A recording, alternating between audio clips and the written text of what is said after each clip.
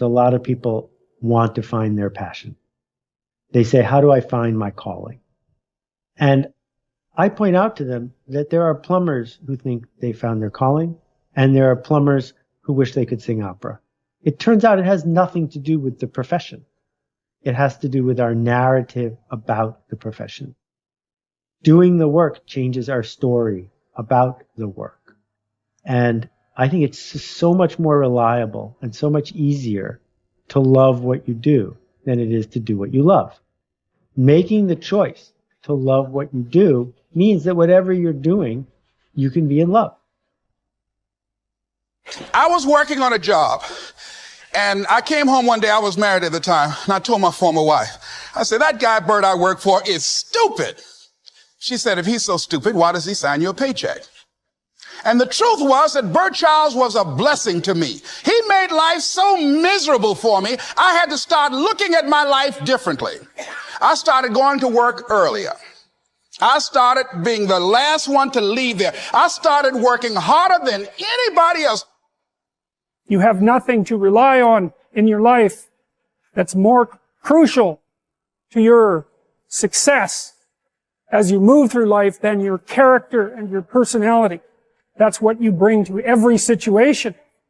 And the more sophisticated you are in relationship to yourself and others, the more you understand people, the deeper you understand the nature of your own being, the more likely it is that you're going to proceed through your life in a manner that will make you pleased to exist rather than displeased to exist. The race is not given to the swift nor the strong, but it is he that endures to the end. They say that discipline is doing what you hate like you love it. For some of you, it might be reading. For some of you, it might be exercising. I don't know what it is that you hate, but do it like you love it and do it daily.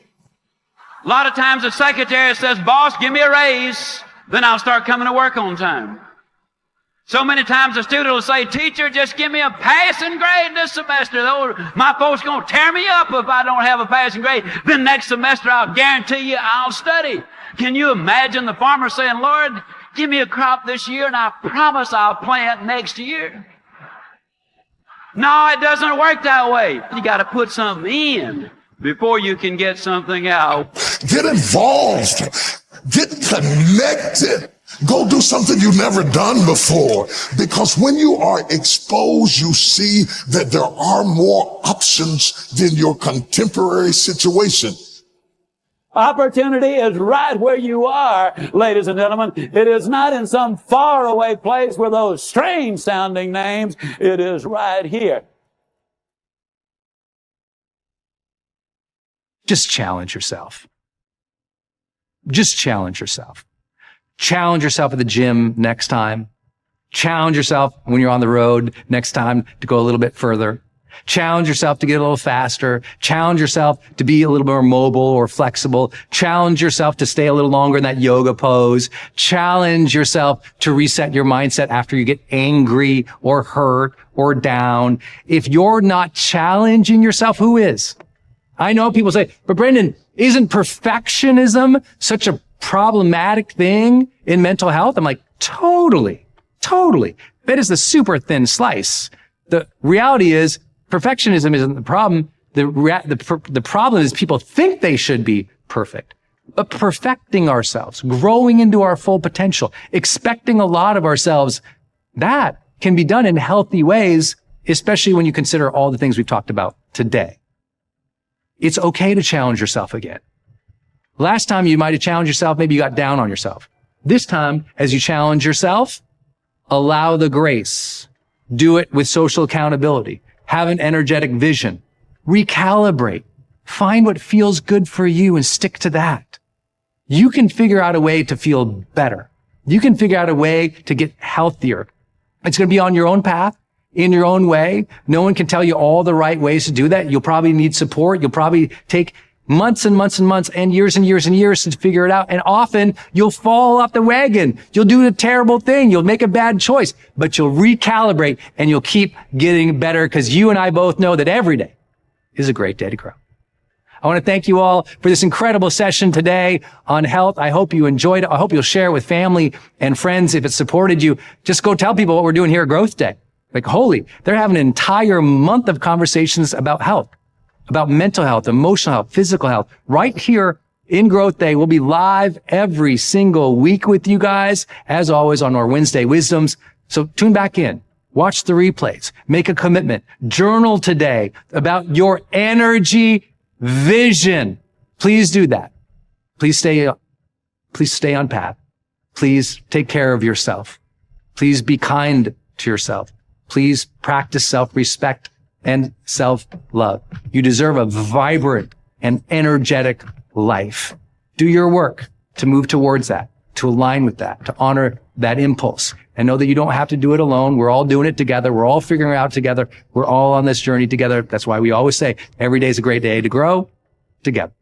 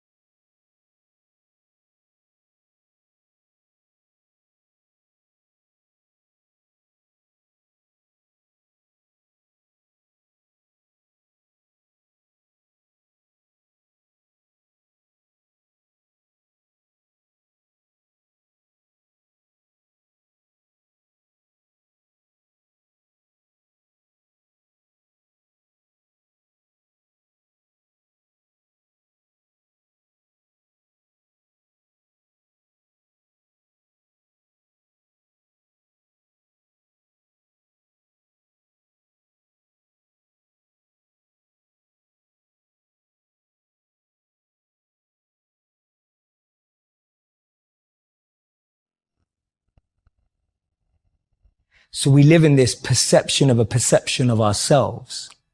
Hence, my identity is made by what my parents think I should be. My identity is made up by what my college or university thinks I should achieve. While you're living in that bubble and that echo chamber, getting to what you really want to do is impossible because maybe that just doesn't fit. And I think so many people feel that way today, that they don't fit into the current education system. They don't fit with the 3 or 4 or 5 careers that you're taught exist. So that process of self-excavation and actualization first requires being exposed. You can't be what you can't see.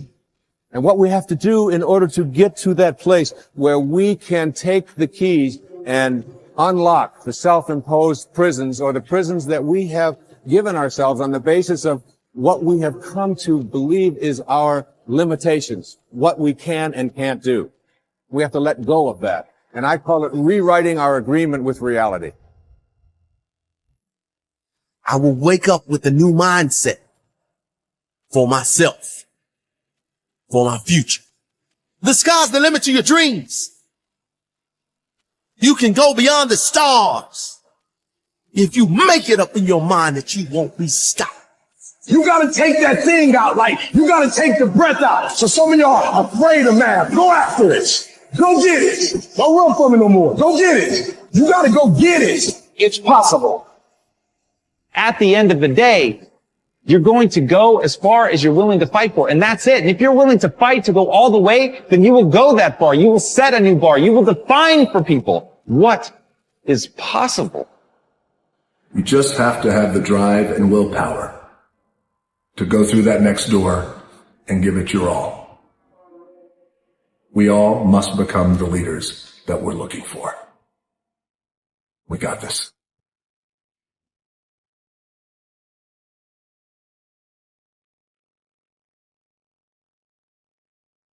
Men and women begin to become great only when they begin to take time by themselves to listen to their inner voices and organize their lives in such a way that their activities and relationships give them a deep sense of inner peace. The first step that you can take to personal greatness is to sit down quietly and look over your life to determine the areas where you're not experiencing the peace of mind and happiness that you really want. You'll find that this is a very easy exercise to do because your mind is continually preoccupied with these problems, just like a person sitting on a tack would be preoccupied with the pain. Your job is to get off the tack. Your responsibility to yourself is to realize that you can never make someone else happy by being unhappy yourself, just as you can never make someone else healthy by being sick. You should not sacrifice your happiness in an attempt to somehow achieve the happiness of another person. You'll only end up making no one happy, especially yourself. In the play Cyrano de Bergerac by Edmond Rostand, Cyrano, the great individualist, is asked why it is that he is so outspoken and so self-assertive. He answers with this beautiful line. He says, "I choose the line of least resistance in this, that I will please at least myself in all things." When you make the decision that, for better or worse, you will please at least yourself in all things, only then will you be truly happy. And only then, it seems, will you be able to help anyone else to be happy as well. The second law of happiness is the law of emotion. It says that human beings are 100% emotional in everything they think and feel and decide. I used to think that people were 90% emotional and 10% logical. However, both research and experience contradicts this conclusion. People are totally emotional in everything they do. If a person says to you that he's decided to do the logical thing, it simply means that he has more emotion devoted to that course of action than he does to another course of action, and he uses the word logical to justify his decision. Someone once said that no matter how old you become, you always have the emotions of a teenager. This may or may not be true, but the central impact of your emotions and feelings is a key component in both understanding and achieving your own happiness. The first part of the law of emotion is that you are motivated by two major groups of emotions, those of love or desire and those of fear or loss. These are the positive emotions and the negative emotions. These emotions were described by Sigmund Freud as emotions associated with pleasure and emotions associated with pain. You have a tendency to move toward those experiences you associate with pleasure or happiness, and you have a tendency to move away from those experiences you associate with pain or unhappiness. This is the essence of the pleasure principle that I mentioned earlier. The second part of this law of emotion says that the content of your emotional life is largely determined by the thoughts you dwell upon most of the time. This is such a simple and obvious truth that it's often overlooked by most people. It simply says that if you think happy thoughts, you will be a happy person. If you think angry thoughts, you'll be an angry person. If you think about the things that people have done to hurt you and the reasons you have to be angry or unhappy, you'll be negative, pessimistic, and eventually you'll be depressed. Abraham Lincoln once wrote, "A man is just about as happy as he makes up his mind to be." Well, this is true for you and true for me. Let life touch you. Don't let it kill you, but at least let it touch you. The next touch could open up the well springs you'll never lack for desire for the rest of your life. From shortly after the time I met my teacher, Mr. Shope, at age 25, no one's ever had to say to me all these years, "When are you gonna get going?" Nobody's ever said that to me all these years. I've heard, "When are you gonna slow down? You're gonna have a heart attack and die. You can't keep up this kind of calendar." But nobody's ever said to me, "When are you gonna get going?" I'm asking you to keep searching for life experiences until you find one that lights your fires, until you will never lack for desire for the rest of your life, and nobody will ever have to say to you the rest of your life, "When are you gonna get off the couch?" Clue. Welcome all experiences. Don't put up the walls. The same wall that keeps out disappointment keeps out happiness. Take the risk. And here's the last emotion that can change your life in a single day. It's called resolve. Resolve says, I will. Two of the most powerful words in the language. I gave you the formula for disaster. Could, should, don't. Here's the formula for fortune. Should, could, will. I will. I should, I can, and I will. Two of the most powerful words in the language. I will. Benjamin Disraeli once said, nothing can resist a human will that will stake even its existence on its purpose. I'll do it or die. What a powerful set of words. The man says, I will climb the mountain. They've told me it's too high, it's too far, it's too difficult, it's too rocky, it's never been done before. The man says, hey, it's my mountain, I'll climb it. Pretty soon you'll see me waving from the top or dead on the side because I ain't coming back. The best definition of resolve I ever got was from a junior high girl, Foster City, California. I love to talk to kids and ask them definitions. They come up with beauty. I got to this word and I said to the kids, who can tell me what resolve means? Some didn't know and some tried. It was interesting. The best one I got was a little girl about 3 rows back. She said, Mr. Owen, I think I know. I said, what? She said, I think resolve means promising yourself you will never give up. I said, that's the best I've ever heard. You can't say it any better than that. Promise yourself you will never give up. You don't have to promise me. You don't have to promise the world. Just promise yourself. What a great bit of language. I asked the kids, how long should a baby try to learn how to walk? How long would you give your average baby before he shut off? That's enough. No, any mother in the world would say you're silly. My baby's going to keep trying what? Until. What a magic word, until. How many books will you read?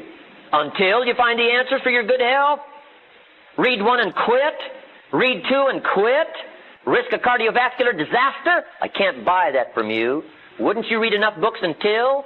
Wouldn't you read enough books on financial independence until you become financially independent? Wouldn't you read enough books on leadership until you become a leader? Wouldn't you read enough books on power until you got the power? Of course, why not? Don't settle for less. Use this little until phrase. I'll do enough exercises until I become healthy. I'm out of breath now, but I'll put myself through enough disciplines until I'm no longer out of breath. I'm not going to walk up 1 flight of stairs and can't catch my breath. It's over. Until. Magic. Ask yourself questions. Your desire for success is fed by self-reflection, awareness, and resoluteness. Since everyone has their own definition of success, every set of objectives will vary. Your definition will lead you in a different direction than your peers. If you are ambiguous about your goals, start interrogating yourself and figure out your life's purpose. Ask questions like, what do I want to achieve? Where do I see myself in the next 5 years? What do I enjoy but could be better at? How do I define success? What kinds of accomplishments will help me drive forward? These will help you learn more about yourself and devise your objectives. Write down the first answer that comes to your mind without overthinking. Remember, there are no right or wrong answers. By answering these questions one by one, you will notice a pattern emerging. It will be your dedicated path to shaping or reshaping your objectives. Step 2. Prioritize your objectives. If you have several desires that you wish to fulfill, prioritize your objectives to view them as tangible goals. By flashing a simple why at your life's purpose, you can find answers to what you genuinely want. It can be landing your dream job, earning your college degree with honors, buying the first house, or being completely debt-free. Of course, they do not necessarily have to be material possessions. You can also aspire to achieve happiness or peace of mind. If you know what you want but are not sure how to get there, this step is bound to help you. Step 3. Write them down. By penning down your goals, you create a clear picture of the milestones and objectives you will achieve. This will imprint your desires in your mind to help them stick. Write them down and place them on your work desk, mirror, front door, refrigerator, or any other visible spot around your home or office. This will remind you of your main purpose and provide the motivation and drive you need. Break down your goals into smaller, achievable milestones. Say your final goal is to achieve financial independence. Everyone has their own definition of financial freedom, which is why you must outline yours. Start by writing your main goal on a piece of paper and deconstruct it into smaller steps. In this case, your first step will be to apply for your well-paid dream job and will push you closer to your goal. If needed, divide your first milestone further into even smaller steps and set an accomplishment time frame for each. Step 4. Take the SMART goal approach. Whether you're crafting new goals for yourself, whether personally, academically, or professionally, several factors will influence your likelihood of success. That's why your objectives should be SMART, as in S, specific.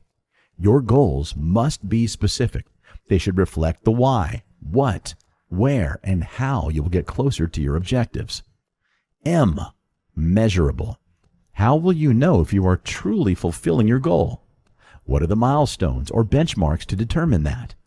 Are you setting deadlines or monitoring your progress through your development? Record a specific measurement. It can be defined on your own to measure your goals. A, attainable. There is no point in setting goals that you can't achieve. This does not mean that they should be easy. Establish goals that are ambitious, yet attainable. If not, you are simply wasting your time and energy trying to achieve an objective that will never be fulfilled. R, realistic. In a similar vein, your goals should be realistic too. Visualizing a mirage of hopes and dreams that will never be realized is impractical and elusive. So be pragmatic and set goals that you believe are feasible and within your reach. T, time-bound. Lastly, set a timetable for each of your objectives. You should be able to fulfill a goal within a specific time frame. This will ensure that you can fulfill all your objectives in the next few years within a designated and precise time frame. You're okay the way you are. That's what we tell young people. Oh, you're okay the way you are. It's like, man, there's nothing worse than you can tell someone who's young than that, especially if they're miserable. And lots of them, well, if they're miserable and aimless, it's like, oh, I'm miserable and aimless, and sometimes I'm suicidal and I'm nihilistic and I don't have any direction in my life. It's like, well, you're okay the way you are. They don't want to hear that. They want to hear, you're useless.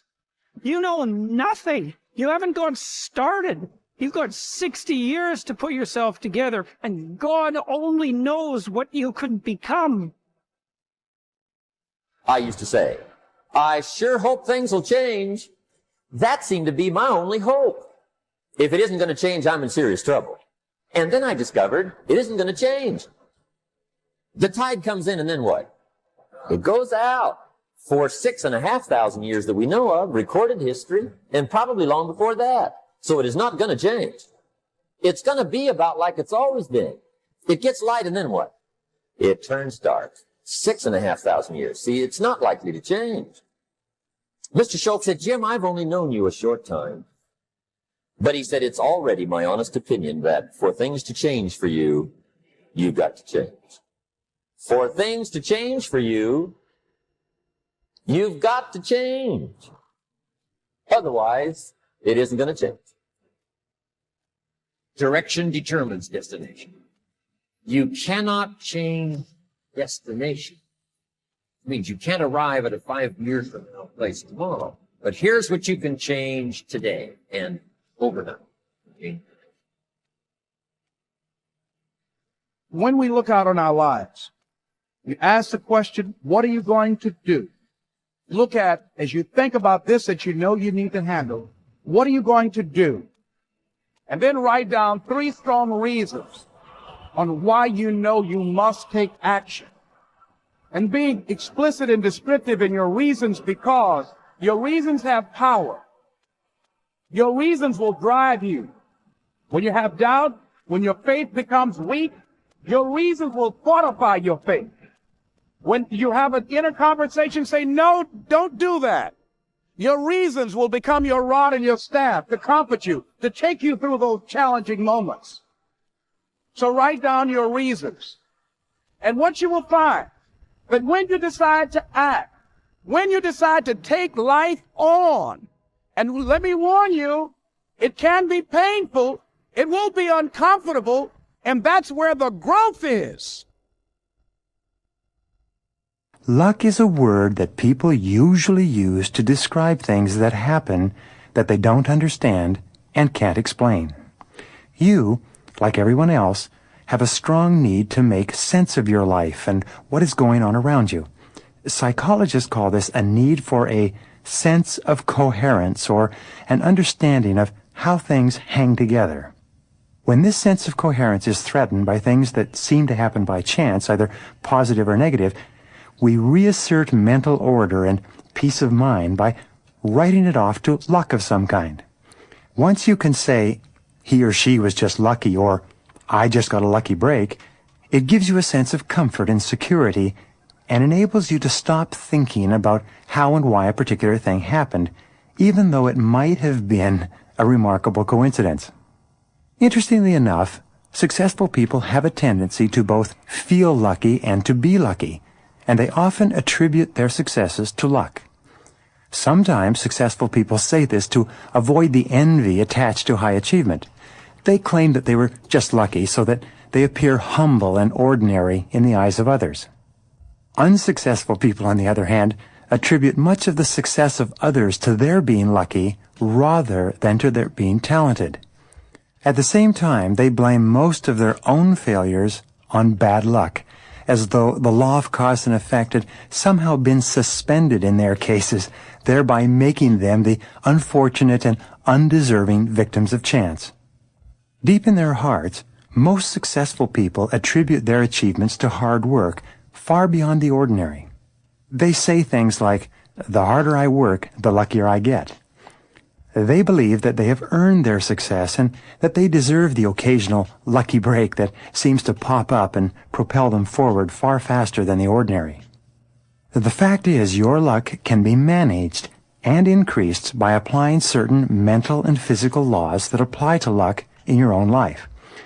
What you're about to learn about luck and success could change your future.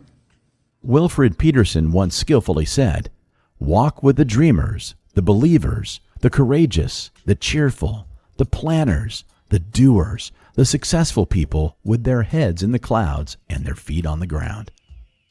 If you seek self-improvement, you can inspire people around you as well, which will reciprocate in a positive light. Your circle of friends and acquaintances should uplift you rather than bring you down. In a way, the people you hang out with are a reflection of your standards. Stay away from toxic individuals who slack off and do not encourage you to fulfill your goals and push your limits. As they say, if you are the smartest person in the room, then you are in the wrong room. While surrounding yourself with like-minded and gifted people is important, the ones you hang out with should also have a positive outlook. After all, your worth and value will mostly be measured by the 5 people you are closest to. Find inspiration. Seeking inspiration is another way to keep growing, especially when you are facing creative blocks. To a large extent, getting inspired is triggered internally. Even though it waxes and wanes along one's creative process, you can still seek external sources to find inspiration. In reality, we all can use inspiration to remain positive and feed our souls. This not only boosts your creativity, but gives you something to look forward to, particularly during those times of hardship and uncertainty. At times, feeling inspired is the only way to clear the mayhem you are experiencing and moving forward with your life. There are countless ways to find inspiration around you. Reading, exercising, meditating, painting, or a stroll in the park are a couple of ways to recharge your batteries. Inspiration can be both active and passive. Finding active inspiration motivates you to create something with great purpose, whereas passive inspiration enables you to see the skills and talents of other people and draw your motivation from them. At times when you find yourself in the doldrums, you may conclude that you are just not skilled enough for a certain task. In truth, You simply lack inspiration for the creative juices to flow. By engaging with your entourage and surroundings, you can hope to ignite that spark that will unlock all the doors in front of you. A person's successful if they know where they are and they know where they're going and they're progressively moving in that direction. Success was the progressive realization of a worthy ideal. Anyone that has a goal and they're moving towards it, they're successful. But I think we're conditioned. We have a real strong conditioning, usually with not some very good ideas. Because we lack awareness or understanding of who we are, we're totally locked into a physical world, and we let things outside of us control us. 95% of the population are reacting to life. They're not really living at all. Philosophy, as I taught the last time I was here, philosophy, in my personal opinion, is the major determining factor in how your life works out. Philosophy, the major determining factor in how your life works out. To form our philosophy, you got to think, got to use your mind, got to process ideas. And in my opinion, each person's personal philosophy is the major factor in how your life works out. Here's what I called it in that last presentation when I was here. It's called the set of the sail. Each person's personal philosophy is like the set of the sail. Now, I used to think it was circumstances that ordered my life. I used to blame the traffic, the weather, used to blame circumstances. So I figured that, my future was going to be tied to what everybody else was arranging, the economy. And I mean, you could turn around, go north, you can go east, you can go west, you can order the entire process of your own life. And we do that by the way we think. We do that by exercising our mind. We do that by processing ideas and come up with a better philosophy, a better strategy for our life, goals for the future, okay? Plans to achieve those goals. All this comes from developing our philosophy. I don't know how to start improving my life. Someone might say that. And I would say, well, you're not aiming low enough. There's something you could do that you are regarding as trivial, that you could do, that you would do, that would result in an actual improvement. But it's not a big enough improvement for you, so you won't lower yourself enough to take the opportunity. The point is, your best strategic position is, how am I insufficient and how can I rectify that? That's what you've got. And the thing is, you are insufficient and you could rectify it. Both of those are within your grasp. If you aim low enough. Time and dedication. It takes a willingness to accept that you're not yet good enough. It takes the ability to stare at the places that you know that you're weak, to really look at those things and not let it affect your sense of self-esteem and not let it affect your sense of self-worth, so that you can still get the momentum going. But you have to understand that in the beginning, we're all terrible. Remember, little achievements lead to confidence that conquers guilt. Then buy up every challenge to reach your goal. You can now handle it. The winter, the spring, the harvest. Bring a new zeal to every problem, to every fear, to every opportunity. The inspiration from it all and the immediate and future progress that will someday give you a view from the top of your goals, your adventure, and your achievements. Most people get their motivational intuition through gut feelings. Thinking things through often prevents us from digging deeper and following our intuition. Those who consider themselves realists tend to see their objectives with a practical approach. For them, listening to their gut feeling is trivial, even fearful. The easiest way to find motivation in your intuition is to shun the thoughts that are created to play safe, some of which include common sense or I should have. By entertaining these thoughts, you are inhibiting your potential and deflecting. As a result, you are shutting yourself from experiencing your real intuitional motivation. Whether you are looking for motivation to relieve a midlife crisis or overcome a common obstacle, your role your motivational instincts play is a deciding factor in your life's journey. Let's look at it from a different perspective. While the idea of digging deeper into your soul is largely overstated, it is not the only way to find inspiration and motivation. As stated, you can find inspiration from something as simple as taking a walk in the park or getting into a deep meditative state. By facing your thoughts and acknowledging your feelings at every turn, you can strengthen your motivational intuition and stay inspired under any circumstances. Ultimately, it's important to take it one step at a time. If you feel motivated, you are likely to get excited and get one grand idea. If you cannot execute it to perfection, divide it into smaller steps that are attainable and realistic. Take time to learn. Develop a growth mindset. The best approach to self-development is to take things slowly and advance at your own pace. The gravest mistake you can make is focusing on quick fixes. Your success can only be achieved with consistent, gradual change, which comes with developing a solid growth mindset. Despite different temperaments, learning abilities, skills, and talents, most of us can develop a growth mindset to stimulate our personal development. Fixed versus growth mindset. The first step in cultivating a growth mindset is learning to distinguish it from a fixed mindset. A person with a fixed mindset is often stuck with preconceived notions and is unable to grow from their experiences. They may suffer from creative blocks or fail to find inspiration. In extreme cases, they may develop mental health conditions such as chronic anxiety and depression. Having a fixed mindset inhibits not only your mental health, but also your growth potential. If you cannot accept constructive criticism, are threatened by other people's successes, or tend to give up easily, chances are you have a fixed mindset.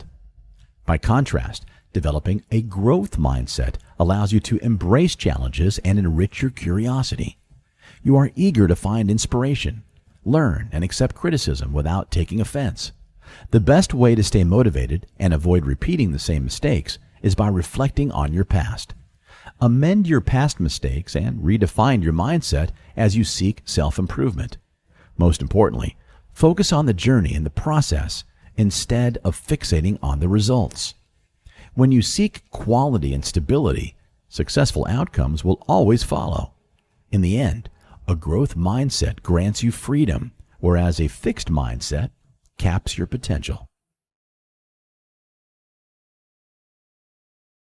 You would not have the desire unless you were capable of its achievement. Each of us has a built-in governor, and our desires are modified by our abilities and leanings. Whatever it is that you desire with all your heart, understand once and for all that it can and should be yours. Before you can be sure of your ability to transmute desire into its monetary equivalent, you will require specialized knowledge of the service, merchandise, or profession which you intend to offer in return for fortune. Perhaps you may need much more specialized knowledge than you have the ability or the inclination to acquire. And if this should be true, you may bridge your weakness through the aid of your mastermind group. The problem is not lack of information. The problem is simply we don't do the information that's been handed to us. The simple stuff. An apple a day keeps the doctor away. Anybody can do it. But what's easy to do is easy not to do. A few basics you won't practice, a few ideals you won't let them serve you, then you got to put up with your own empty bank account, empty heart, empty soul, not enough vitality, not enough health. You've got to get comfortable in getting uncomfortable. And the minute that discomfort begins to rule you, you are no longer in control. So put yourself purposefully in uncomfortable situations. But as John Wooden said, never let what you cannot do interfere with what you can. There is something right now that you're capable of. There is an innate skill inside of you that's your spark. It's that starting point. It's that thing that while you may not be the best in the world at it, it's a flame that you can fan. It's something that you can breathe life into and really begin to get good. But first, you have to understand the very nature of progress. And that's as Stephen Covey said. You're not the product of your circumstances, but rather a product of your decisions. Don't sentence yourself to a lifetime of being miserable, a lifetime of being broke, a lifetime of being unhealthy, a lifetime of being in a relationship that is no longer fulfilling to you, a lifetime of working on a job that does not bring you satisfaction, that's not giving you the creative urge that you need and that got to have in your life that stimulates you. Don't sentence yourself like that. You are a human being. Don't volunteer your life that way. Your life has too much value to the universe. You've got something to contribute. You've got something to give. That if you're willing to do the hard work of looking internally and building something new, if you're willing to tear yourself down, if you're willing to brick by brick disassemble that thing that has been built by accident inside of you and move forward with a new level of intention and build something, an entirely new structure with your eyes open, then you make room for the new. Then you can build what you want to build. Then we'll have the change that we want.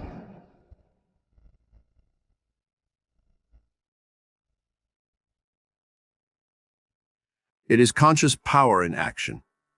It is active power consciousness. Power consciousness is what you feel when you know that you can do a thing, and you know how to do the thing. If I can cause you to know that you can succeed, and to know that you know how to succeed, I have placed success within your grasp, for if you know that you can do a thing, and know that you know how to do it, it is impossible that you should fail to do it, if you really try. When you are in full power consciousness, you will approach the task in an absolutely successful frame of mind. Every thought will be a successful thought, every action a successful action, and if every thought and action is successful, the sum total of all your actions cannot be failure. What I have to do in these lessons, then, is to teach you how to create power consciousness in yourself so that you will know that you can do what you want to do, and then to teach you how to do what you want to do. It is a fact in nature that the undeveloped is always capable of development. We see then that the cause of success is in you and is capable of full development. Having read this, you must believe that it is possible for you to succeed, but it is not enough for you to believe that you can. You must know that you can. And the subconscious mind must know it as well as the objective mind. People have a way of saying, "He can who thinks he can." But this is not true. It is not even true that he can, who knows he can, if only the objective mind is spoken of, for the subconscious mind will often completely set aside and overcome what is positively known by the objective mind. It is a true statement, however, that he can, whose subconscious mind knows that he can, and it is especially true if his objective mind has been trained to do the work. People fail because they think objectively that they can do things, but do not know subconsciously that they can do them. It is more than likely that your subconscious mind is even now impressed with doubts of your ability to succeed, and these must be removed, or it will withhold its power when you need it most. The subconscious mind is the source from which power comes in the action of any faculty, and a doubt will cause this power to be withheld, and the action will be weak. Therefore, your first step must be to impress your subconscious mind with that fact that you can. This must be done by repeated suggestions. Practice the following mental exercise several times a day, and especially just before going to sleep, think quietly about the subconscious mentality, which permeates your whole body as water permeates a sponge. As you think of this mind, try to feel it. You will soon be able to become conscious of it. Hold this consciousness and say with deep, earnest feeling, "I can succeed. All that is possible to anyone is possible to me. I am successful. I do succeed, for I am full of the power of success." This is the simple truth. Realize that it is true, and repeat it over and over until your mentality is saturated through and through with the knowledge that you can do what you want to do. You can, other people have, and you can do more than anyone has ever done. It's our aspirations that must become our allies. I noticed that everything that I've accomplished over the course of my life, I accomplished with a new set of beliefs and a new set of habits. I noticed I was able to make things happen when I destroyed the door in the room. And in order to move forward, you must be motivated, inspired, ambitious. You must have dreams and goals that create ambition, good ambition, positive ambition. So we experience most positive emotion in relationship to a goal. And what that means is if you don't have a goal, then you don't have any motivation. And so what that means is you better have your goals well delineated. You think someone's going to come to you and give you a highlighted version, script on how to live your life? And if that was the case, would you even go that way? How boring is that? It's the unknown about to be that gets me up in the morning. It's always a challenge. And as soon as a challenge is lost, guys, your will is dead. There's no reason to get up in the morning. Whenever you're happy with an area of your life, it's because right now, your current life experience conditions is in that area match or equal to your blueprint, your story, your belief about how life should be in that area. You only have two choices in life. If life doesn't match your blueprint, you either have to change your life, or in order for you to be happy, if you can't change your life, you're going to have to change your blueprint. And if you change your life and change your blueprint, you can have an extraordinary life. The next thing is, see yourself there. How will you feel once you get there? What will the experience be like for you? What will be different? What kind of person do you have to become in order to get there? It's the thing that you think about, you dream about, you put it up on your wall, you tattoo it in your mind. You know exactly who you're trying to become. If you do that, if you're honest with yourself about where you are, and you know exactly where you want to go, you can go anywhere. Don't be the person that forget to open your gift. The gift that God left you. Because that dream has everything you need in it. That dream is the road that will lead to your paradise. You need to reprioritize your activities. Everybody wants the dream to come true, but nobody wants to reprioritize their activities. Nobody wants to hack into their habitual nature and build new habits that are going to give you the future that you seek after. If not now, then when?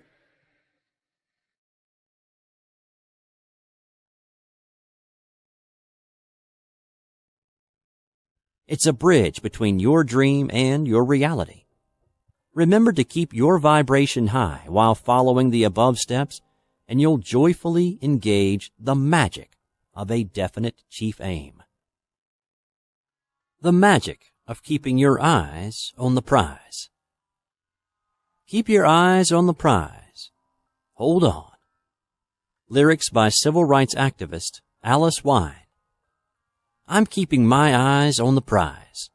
These are the wonderful words my client Renee wrote to me in an email.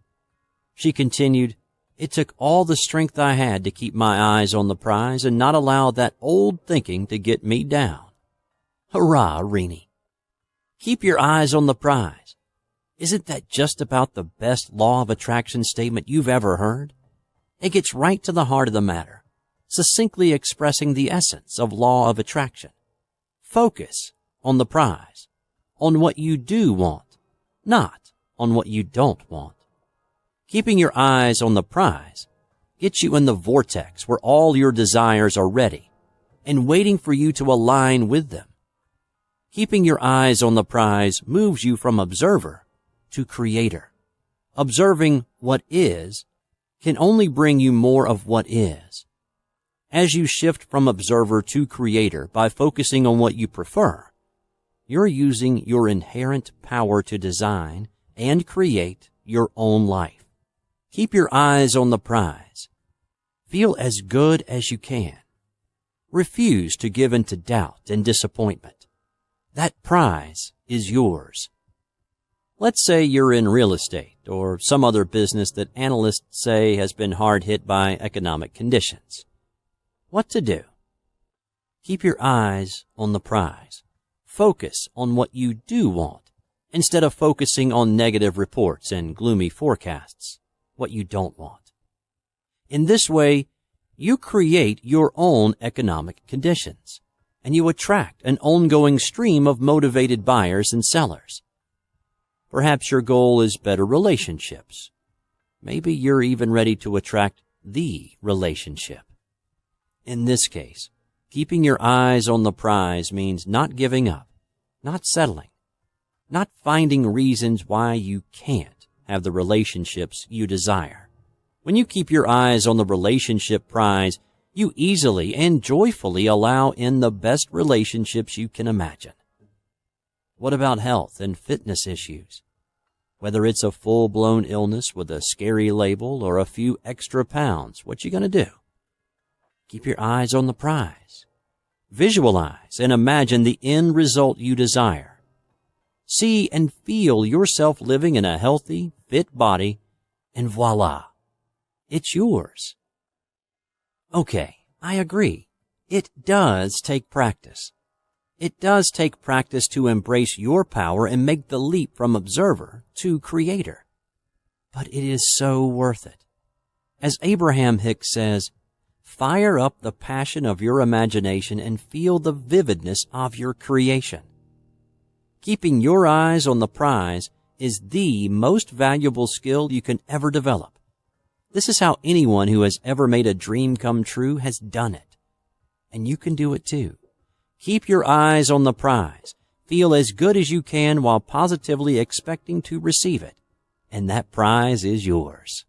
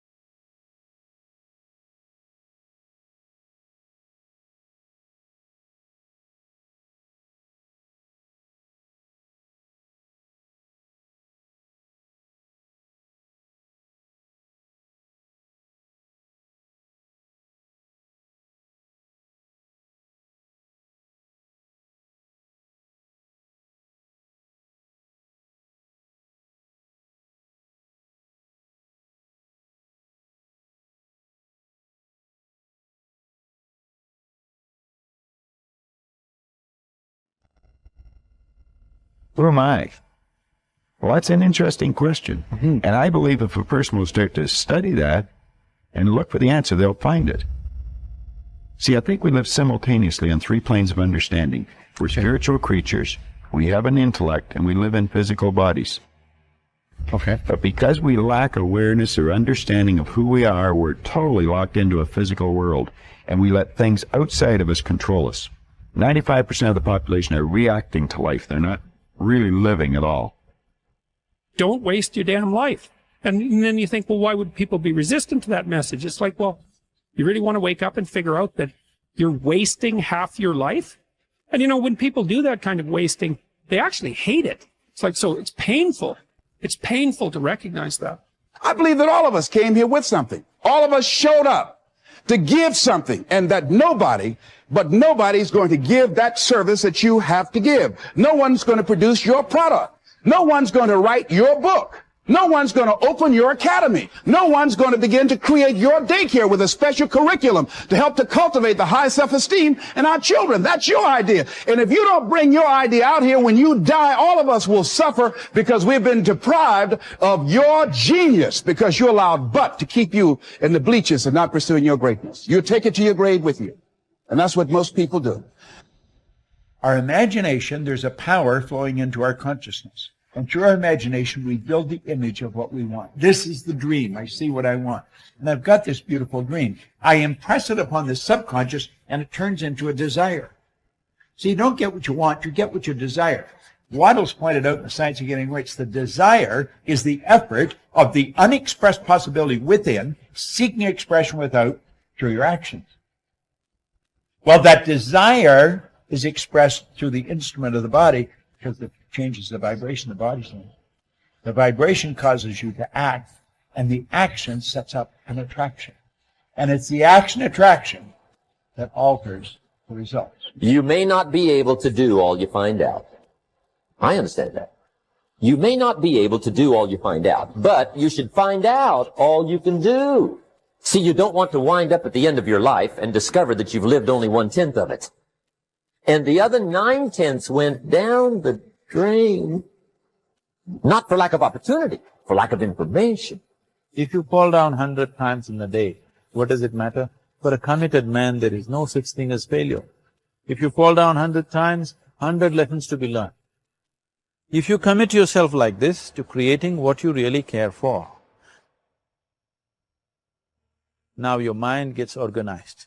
Once your mind gets organized, the way you think is the way you feel, your emotion will get organized. Once your thought and emotion is organized, your energies will get organized in the same direction. Once your thought, emotion and energies are organized, your very body will get organized. Once all these four are organized in one direction, your ability to create and manifest what you want is phenomenal. You are the creator in many ways. Often I begin a seminar with a little exercise. I ask the audience, how many people here would like to double their incomes? Almost everyone smiles and raises their hands. I then ask, how many people here would like to lose weight, get out of debt, achieve financial independence? Again, everyone smiles, some people cheer, and they all raise their hands. Then I say, wonderful, these are great goals that everyone has. We all want to make more money, spend more time with our families, be fit and trim, and achieve financial independence. Not only do we all want the same things, but we all know what we have to do to achieve them. And we all intend to do those things sometime. But before we get started, we decide that we need to take a little vacation to a wonderful fantasy place called Someday I'll. We say that, someday I'll read that book. Someday I'll start that exercise program. Someday I'll upgrade my skills and earn more money. Someday I'll get my finances under control and get out of debt. Someday I'll do all the things that I know I need to do to achieve all my goals. Someday. Probably 80% of the population lives on someday I'll most of the time. They think and dream and fantasize about all the things they're going to do someday. And who are they surrounded by on someday I'll? Other people on someday I'll. And what is the chief topic of conversation on someday I'll? Excuses. They all sit around and swap excuses for being on the island. Why are you here? They ask each other. And, not surprisingly, their excuses are largely the same. I didn't have a happy childhood. I didn't get a good education. I don't have any money. My boss is really critical. My marriage is no good. No one appreciates me. Or, the economy is terrible. They have come down with the disease of excusitis, which is invariably fatal to success. They all have good intentions, but as everyone knows, the road to hell is paved with good intentions. The first rule of success is simple. Vote yourself off the island. No more excuses.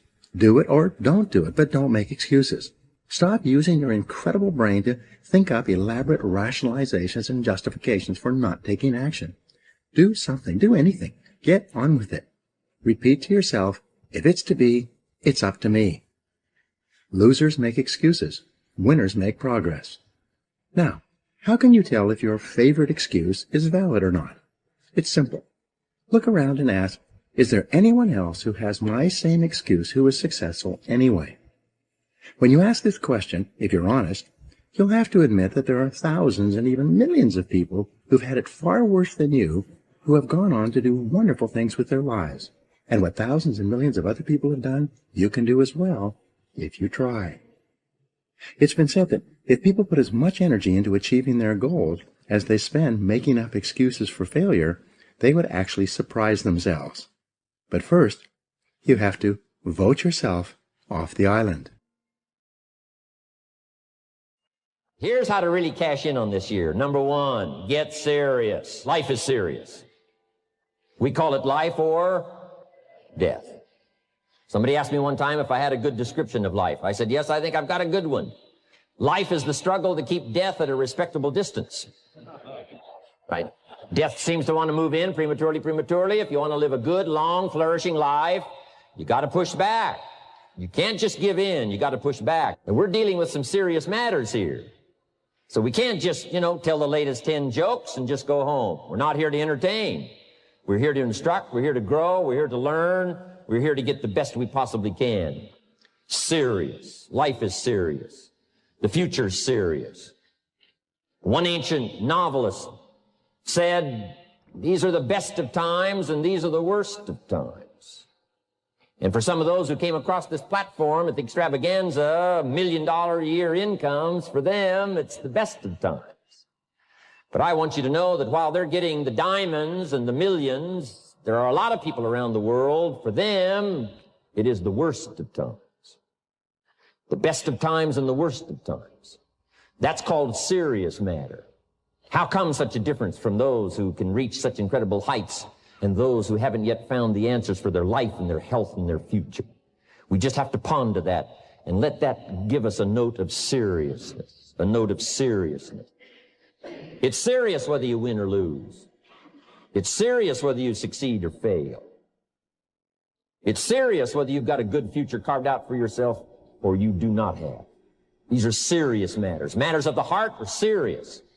Matters of income are serious. Matters of supporting your family, serious. See what you can do. Touch the lives of as many people as you can possibly touch. Number one was get serious. Here's number two, get smart. That's what these journals are for. That's what pad and pencil's for. That's what taking notes is for. See if you can't increase your ability to comprehend ideas, information that can be life transforming. Don't miss the opportunity to learn. Take a good key phrase home. Use it in your training. Don't be lazy in learning. Don't be casual in learning.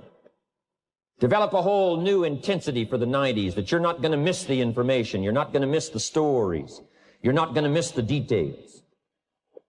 Get smart. Here's a couple of parts to it. Number one, your own personal experience. Right? If you've had a bad week, just sit down and ponder that for a while. Study it. See if you can't pick up some ideas from a poor week and then make a better week. Okay? Learn from your own experiences.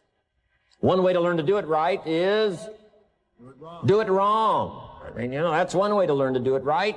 Do it wrong. Now the key is don't let it take too long. If you've done it wrong for a year, we suggest that's long enough. You don't need another year just to prove a point. No, 1 year's enough. Learn from your own experience. Try as hard as you wish, and you cannot be happy unless you believe in yourself. Work with all the strength at your command, and you cannot accumulate more than barely enough to live on unless you believe in yourself. The one and only person in all this world through whose efforts you can be supremely happy under all circumstances, and through whose labor you can accumulate all the material wealth that you can use legitimately, is yourself. Self-confidence might rightly be understood as the backbone of Hill's success system. But despite how crucial it is for prosperity and happiness, this characteristic is significantly underdeveloped in most individuals.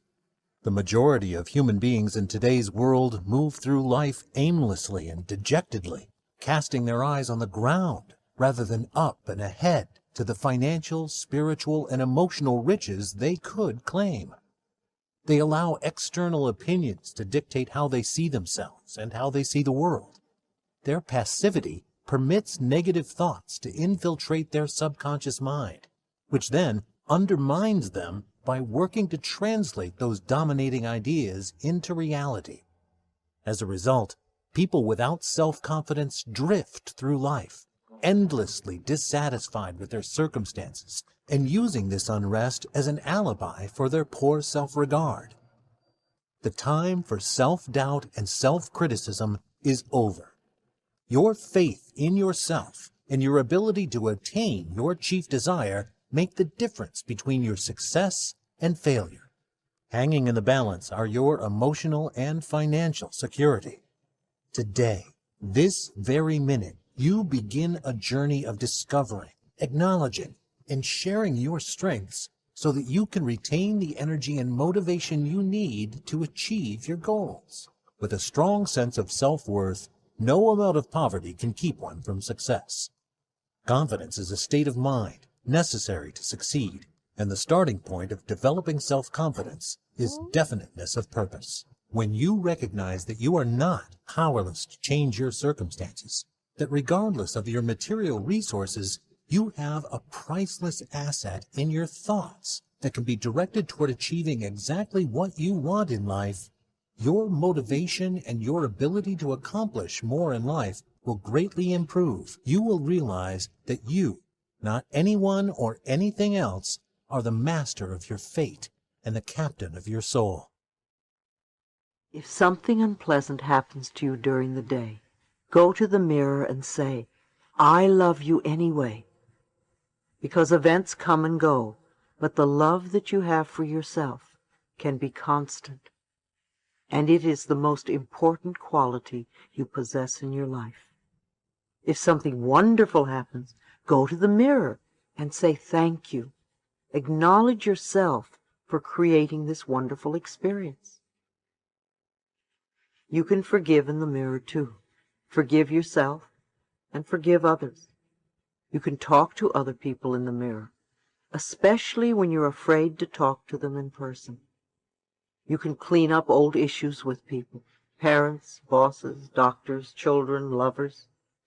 You can say all sorts of things that you would be afraid to say otherwise. And remember to end by asking them for their love and approval, because that is what you really want. People who have problems loving themselves are almost always people who are not willing to forgive, because not forgiving shuts the door to the heart. When we forgive and let go, not only does a huge weight drop off our shoulders, but the doorway to our own self-love opens up. People will say, "Oh, such a load has dropped off." Well, of course it has, because we've been carrying this burden forever.